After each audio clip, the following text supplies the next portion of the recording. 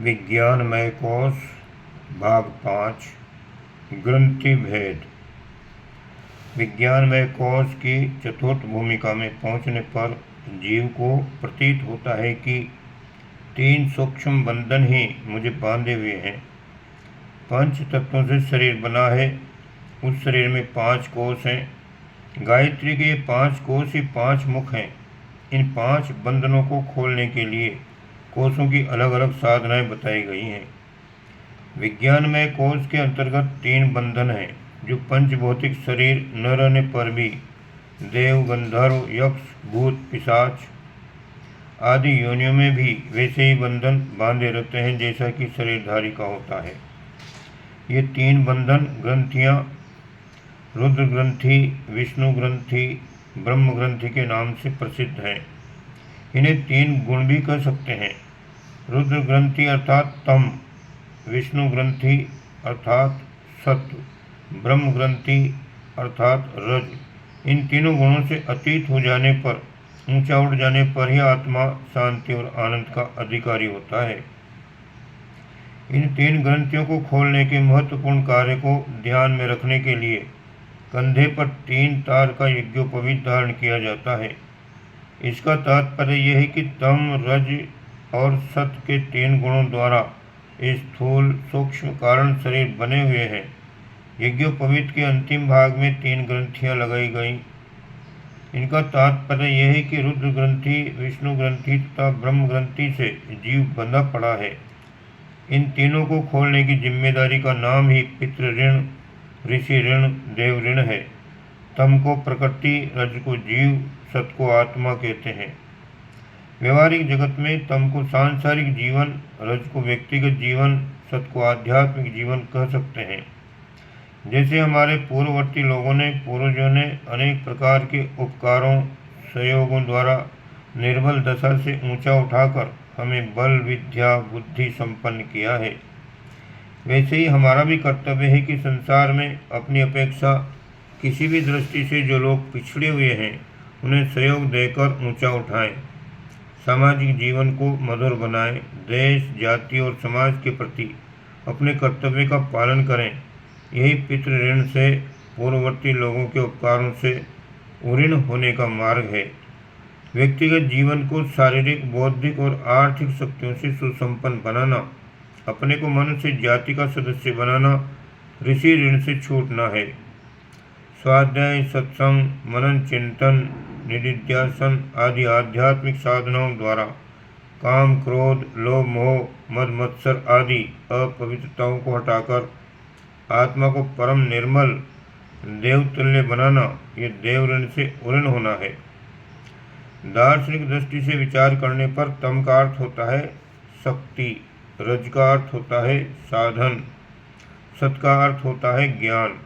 इन तीनों की न्यूनता एवं विकृत अवस्था बंधन कारक, अनेक उलझनों, कठिनाइयों और बुराइयों को उत्पन्न करने वाली होती है। इसलिए जब तीनों की स्थिति संतोषजनक होती है तब त्रिगुणातीत अवस्था प्राप्त होती है। हमको भली प्रकार ये समझ लेना चाहिए कि परमात्मा की सृष्टि में कोई भी शक्ति या पदार्थ दूषित अथवा भ्रष्ट नहीं है।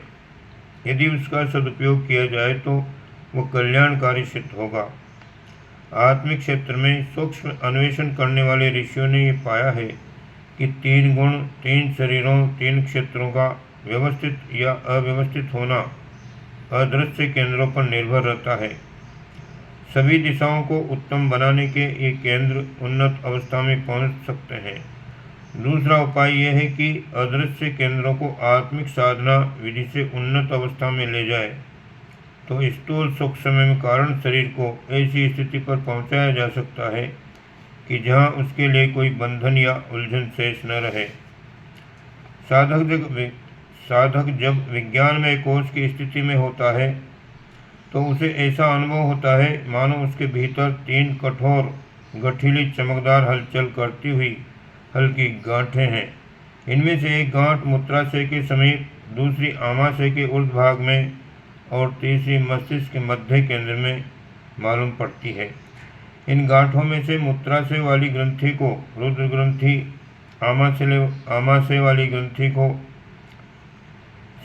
विष्णु ग्रंथि और सिर वाली ग्रंथि को ब्रह्म ग्रंथि कहते हैं। इन्हीं तीनों को दूसरे शब्दों में महाकाली, महालक्ष्मी और महासरस्वती भी कहते हैं। इन तीन महाग्रंथियों की दो सहायक ग्रंथियां भी होती हैं, जो मेरुदंड स्थित सुषुम्ना नाड़ी के मध्य में रहने वाली ब्रह्म नाड़ी के भीतर रहती है। इन्हीं चक्र भी कहते हैं। रुद्र ग्रंथि की शाखा ग्रंथियां मूलाधार चक्र और स्वादिष्ठान चक्र कहलाती हैं। विष्णु ग्रंथि की दो शाखाएं मणिपूरक चक्र और अनाहत चक्र हैं। मस्तिष्क में निवास करने वाली ब्रह्म ग्रंथि के सहायक ग्रंथि चक्रों को विशुद्धि चक्र और आज्ञा चक्र कहा जाता है। हठ योग की विधि से षट चक्रों का भेदन किया जाता है। इन षट चक्र भेदन की विधि के संबंध में गायत्री महाविज्ञान के प्रथम भाग में काफ़ी प्रकाश डाल चुके हैं। उनकी पुनरावृत्ति करने की आवश्यकता नहीं है।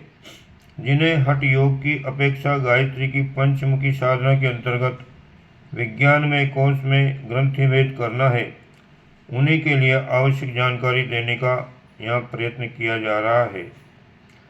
रुद्र ग्रंथि का आकार बेर के समान ऊपर को नुकीला, नीचे को भारी पेंदे में गड्ढा लिए हुए होता है। इसका वर्ण कालापन मिला हुआ लाल होता है। इस ग्रंथि के दो भाग हैं। दक्षिण भाग को रुद्र और वाम भाग को काली कहते हैं। दक्षिण भाग के अंतर्गत गह्वर में प्रवेश करके जब उसकी झांकी की जाती है तो ऊर्ध्व भाग में श्वेत रंग की छोटी सी नाड़ी हल्का सा श्वेत रस प्रवाहित करती है। एक तंतु तिरछा पीत वर्ण की ज्योति सा चमकता है। मध्य भाग में एक काले वर्ण की नाड़ी सांप की तरह मूलाधार से लिपटी हुई है। प्राणवायु का जब उस भाग से संपर्क होता है तो डिम डिम जैसी ध्वनि उसमें से निकलती है। रुद्र ग्रंथि की आंतरिक स्थिति की झांकी करके ऋषियों के रुद्र का सुंदर चित्र अंकित किया है। मस्तक पर गंगा की धारा, जटा में चंद्रमा, गले में सर्प, डमरू की डिम डिम ध्वनि, ऊर्ध्व भाग में त्रिशूल के रूप में अंकित करके भगवान शंकर का ध्यान करने लायक एक सुंदर चित्र बना दिया। उस चित्र में आलंकारिक रूप से रुद्र ग्रंथि की वास्तविकताएं भरी पड़ी हैं। उस ग्रंथि का वाम भाग जिस स्थिति में है उसी के अनुरूप काली का सुंदर चित्र सूक्ष्मदर्शी आध्यात्मिक चित्रकारों ने अंकित कर दिया है। विष्णु ग्रंथि किस वर्ण की, किस गुण की, किस आकार की, किस आंतरिक स्थिति की, किस ध्वनि की, किस आकृति की है, ये सब हमें विष्णु के चित्र से सहज ही प्रतीत हो जाता है। नीलवर्ण, गोल आकार, शंख ध्वनि, कौस्तुभ मणि, वनमाला, ये चित्र उस मध्य ग्रंथि का सहज प्रतिबिंब है। जैसे मनुष्य को मुख की ओर से देखा जाए तो उसकी झांकी दूसरे प्रकार की होती है और पीठ की ओर से देखा जाए तो तब यह आकृति दूसरी प्रकार की होती है। एक ही मनुष्य के दो पहलू दो प्रकार के होते हैं। उसी प्रकार एक ही ग्रंथि दक्षिण भाग से देखने में पुरुषत्व प्रधान आकार की और बाईं ओर से देखने पर स्त्रीत्व प्रधान आकार की होती है। एक ही ग्रंथि को रुद्र या शक्ति ग्रंथि कहा जा सकता है। विष्णु, लक्ष्मी, ब्रह्मा और सरस्वती का संयोग भी इसी प्रकार है। ब्रह्म ग्रंथि मध्य मस्तिष्क में है। इससे ऊपर सहस्त्रार सद्दल कमल है। ये ग्रंथि ऊपर से चतुष्कोण और नीचे से फैली हुई है। इसका नीचे का एक तंतु ब्रह्मरंध्र से जुड़ा हुआ है। इसी को सहस्त्र मुख वाले शेष नाग की सैया पर लेटे हुए भगवान की नाभि कमल से उत्पन्न चार मुख वाला ब्रह्मा चित्रित किया गया है। वाम भाग में यही ग्रंथि चतुर्भुजी सरस्वती है। वीणा की झंकार से ओंकार ध्वनि का यहाँ निरंतर गुंजार होता है। ये तीनों ग्रंथियाँ जब तक सुप्त अवस्था में रहती हैं, बंधी हुई रहती हैं, तब तक जीव साधारण दीनहीन दशा में पड़ा रहता है। अशक्ति, अभाव और अज्ञान उसे कई प्रकार के दुख देते रहते हैं, पर जब इनका खुलना आरंभ होता है तो उनका वैभव बिखर पड़ता है। मुंह बंद कली में न रूप है, न सौंदर्य और न ही आकर्षण, पर जब वह कली खिल पड़ती है और पुष्प के रूप में प्रकट होती है तो एक सुंदर दृश्य उपस्थित हो जाता है। जब तक खजाने का ताला लगा हुआ है, थैली का मुंह बंद है, तब तक दरिद्रता दूर नहीं हो सकती। पर जैसे ही रत्न राशि का भंडार खुल जाता है, वैसे ही अतुलित वैभव का स्वामित्व प्राप्त हो जाता है। रात को कमल का फूल बंद हो जाता है तो भंवरा भी उसी में बंद हो जाता है, पर प्रातःकाल वो फूल फिर खिलता है तो भंवरा बंधन मुक्त हो जाता है। ये तीन कलियां, तीन तीन ग्रंथियां जीव को बांधे हुए हैं। जब ये खुल जाती हैं तो मुक्ति का अधिकार स्वयं में ही प्राप्त हो जाता है। इन रत्न राशियों का ताला खुलते ही शक्ति संपन्नता का और प्रज्ञा का अटूट भंडार हस्तगत हो जाता है। चिड़िया अपनी छाती की गर्मी से अंडों को पकाती हैं। चूल्हे की गर्मी से भोजन पकता है। सूर्य की गर्मी से वृक्षों, वनस्पतियों और फलों का परिपाक होता है। माता 9 महीने तक बालक को पेट में पकाकर उसको इस स्थिति में लाती है कि वह जीवन धारण करने योग्य बने। विज्ञान में कोश की ये 3 ग्रंथियां भी तप की गर्मी से पकती हैं। तप द्वारा ब्रह्मा, विष्णु, महेश, सरस्वती, लक्ष्मी, काली सभी का परिपाक हो जाता है। ये शक्तियाँ समदर्शी हैं, न उन्हें किसी से प्रेम है न द्वेष। रावण जैसे असुरों ने भी शंकर जी से वरदान पाए थे और अनेक देवता भी कोई सफलता नहीं प्राप्त कर पाए। इसमें साधक का पुरुषार्थ ही प्रधान है। श्रम और प्रयत्न ही परिपक्व होकर सफलता बन जाते हैं। रुद्र, विष्णु और ब्रह्म ग्रंथियों को खोलने के लिए ग्रंथि के मूल भाग में निवास करने वाली बीज शक्तियों का संचार करना पड़ता है। रुद्र ग्रंथि के अधोभाग में बेर के डंठल की तरह एक सूक्ष्म प्राण अभिप्रेत होता है, उसे क्लीम बीज कहते हैं।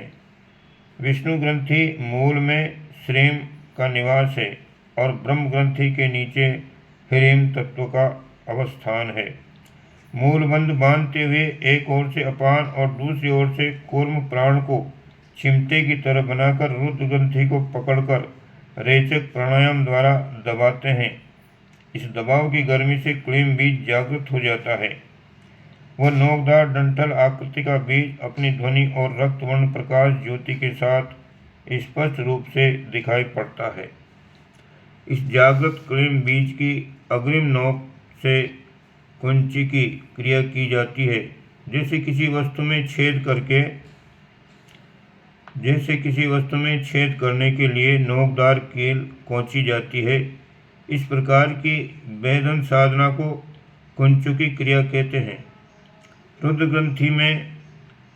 ग्रंथि के मूल केंद्र में क्लीम बीज की अग्र शिखा से जब निरंतर कुंचुकी होती है तो प्रस्तुत कलिका में भीतर ही भीतर एक विशेष प्रकार के लहराते हुए तड़ित प्रवाह उठाने पड़ते हैं। इनकी आकृति एवं गति सर्प जैसी होती है। इन तड़ित प्रवाहों को ही शंभु के गले में फुफकारने वाले सर्प बताया है। जिस प्रकार ज्वालामुखी पर्वत के उच्च शिखर पर धूम्र मिश्रित अग्नि निकलती है, उसी प्रकार रुद्र ग्रंथि के ऊपरी भाग में पहले क्लीम बीज की अग्नि जिह्वा प्रकट होती है। उसी को काली की बाहर निकली हुई जीभ माना गया है। इसको शंभु का तीसरा नेत्र भी कहते हैं। मूलबंध, अपान और कूर्म प्राण के आघात से जागृत हुई क्लीम बीज की कुंचुकी क्रिया से धीरे धीरे रुद्र ग्रंथि शिथिल होकर वैसे ही खुलने लगती है जैसे क्लीम धीरे धीरे खिलकर फूल बन जाती है। जैसे कली धीरे धीरे खिलकर फूल बन जाती है। इस कमल पुष्प के खिलाने को पद्मासन कहा गया है। त्रिदेव के कमलासन पर विराजमान होने के चित्रों का तात्पर्य यही है कि वे विकसित रूप से परिलक्षित हो रहे हैं। साधक के प्रयत्न के अनुरूप खुली हुई रुद्र ग्रंथि का तीसरा भाग जब प्रकटित होता है, तब साक्षात रुद्र का कालिका अथवा रक्तवर्ण सर्प के समान लहराती हुई क्लीम घोष करती हुई अग्नि शिखा का साक्षात्कार होता है। ये रुद्र जागरण साधक में अनेक प्रकार की गुप्त प्रकट शक्तियां भर देता है। संसार की सब शक्तियों का मूल केंद्र रुद्र ही है। उसे रुद्रलोक या कैलाश भी कहते हैं। प्रलय काल में संसार संचालिनी शक्ति वे होते होते पूर्ण शिथिल होकर जब सुषुप्त अवस्था में चली जाती है, तब रुद्र का तांडव नृत्य होता है। उस महामंथन से इतनी शक्ति फिर उत्पन्न हो जाती है जिससे आगामी प्रलय तक काम चलता रहे। घड़ी में चाबी भरने के समान रुद्र का प्रलय तांडव होता है। रुद्र शक्ति की शिथिलता से जीवों की तथा पदार्थों की मृत्यु हो जाती है, इसलिए रुद्र को मृत्यु का देवता माना गया है। विष्णु ग्रंथि को जागृत करने के लिए जालन बंद बांधकर समान और उदान प्राणों द्वारा दबाया जाता है तो उसके मूल भाग का श्रेम बीज जागृत होता है।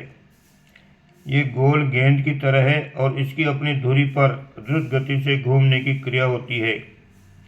इस घूर्णन क्रिया के साथ साथ एक ऐसी सनसनाती हुई सूक्ष्म ध्वनि होती है जिसको दिव्य स्रोतों से श्रीम जैसे सुना जाता है। श्रीम बीज को विष्णु ग्रंथि की बाहरी परिधि में भ्रामरी क्रिया के अनुसार घुमाया जाता है। जैसे पृथ्वी सूर्य की परिक्रमा करती है, उसी प्रकार परिभ्रमण करने को भ्रामरी कहते हैं। विवाह में वर वधू की भांवर या फेरे पड़ना, देव मंदिरों तथा यज्ञ की परिक्रमा या प्रदक्षिणा होना भ्रामरी क्रिया का ही रूप है।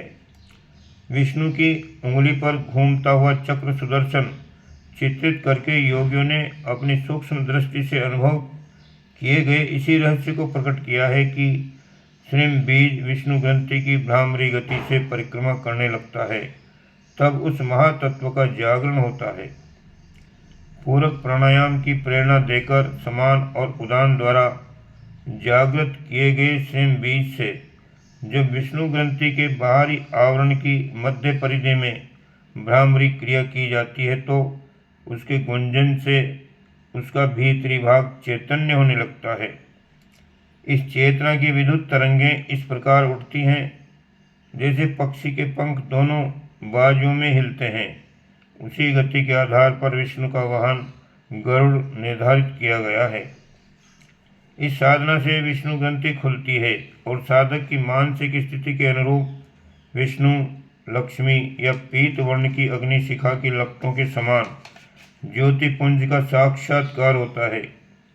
विष्णु का पीताम्बर इस पीत ज्योतिपुंज का प्रतीक है। इस ग्रंथि का खुलना ही बैकुंठ स्वर्ग एवं विष्णु लोक को प्राप्त करना है।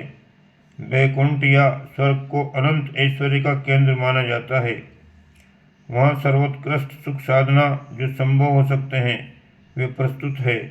विष्णु ग्रंथि वैभव का केंद्र है, जो उसे खोल लेता है उसे विश्व के ऐश्वर्य पर पूर्ण अधिकार प्राप्त हो जाता है। ब्रह्म ग्रंथि मस्तिष्क के मध्य भाग में सहस्त्रदल कमल की छाया में अवस्थित है। उसे अमृत कलश कहते हैं। बताया गया है कि सुरलोक में अमृत कलश की रक्षा सहस्त्र फनों वाले शेषनाग करते हैं। इसका अभिप्राय इसी ब्रह्म ग्रंथि से है। उड्डयन बंद लगाकर ध्यान और धनंजय प्राणों द्वारा ब्रह्म ग्रंथि को पकाया जाता है। पकाने से उसके मूलाधार में वास करने वाली ह्रीं शक्ति जागृत होती है। इसकी गति को प्लावनी कहते हैं। जैसे जल में लहरें उत्पन्न होती हैं और निरंतर आगे को ही लहराती हुई चलती हैं, उसी प्रकार ह्रीं बीज की प्लावनी गति से ब्रह्म ग्रंथि को दक्षिणायन से उत्तरायण की ओर प्रेरित करते हैं। चतुष्कोण ग्रंथि के ऊर्ध्व भाग में यही ह्रीं तत्व रुक रुक कर गांठें सी बनाता हुआ आगे की ओर चलता है और अंत में परिक्रमा करके अपने मूल संस्थान को लौट आता है। गांठ बांधते चलने की नीची ऊंची गति के आधार पर माला के दाने बनाए गए हैं। 108 दचके लगाकर तब एक परिधि पूरी होती है, इसलिए माला के 108 दाने होते हैं। इस ह्रीं तत्व की तरंगें मंथर गति से इस प्रकार चलती हैं जैसे हंस चलता है। ब्रह्मा या सरस्वती का वाहन हंस इसलिए माना गया है। वीणा के तारों की झंकार से मिलती जुलती ह्रीं ध्वनि सरस्वती की वीणा का परिचय देती है। कुंभक प्राणायाम की प्रेरणा से ह्रीं बीज की प्लावनी क्रिया आरंभ होती है। ये क्रिया निरंतर होते रहने पर ब्रह्म ग्रंथि खुल जाती है। तब उसका ब्रह्म के रूप में, सरस्वती के रूप में अथवा श्वेत वर्ण प्रकंपित शुभ्र ज्योति शिखा के समान साक्षात्कार होता है। यह स्थिति आत्मज्ञान, ब्रह्म प्राप्ति, ब्राह्म्य स्थिति की है। ब्रह्मलोक एवं गोलोक भी इसको कहते हैं। इस स्थिति को उपलब्ध करने वाला साधक ज्ञान बल से परिपूर्ण हो जाता है। इसकी आत्मिक शक्तियाँ जागृत होकर परमेश्वर के समीप पहुँचा देती हैं। अपने पिता का उत्तराधिकार उसे मिलता है और जीवन मुक्त होकर ब्राह्म्य स्थिति का आनंद, ब्रह्मानंद उपलब्ध करता है। षट चक्र का हठयोग सम्मत विधान अथवा महायोग का ये ग्रंथि भेद दोनों ही समान स्थिति के हैं। साधक अपनी स्थिति के अनुसार उन्हें अपनाते हैं। दोनों से ही विज्ञानमय कोश का परिपाक होता है। ओम शांति।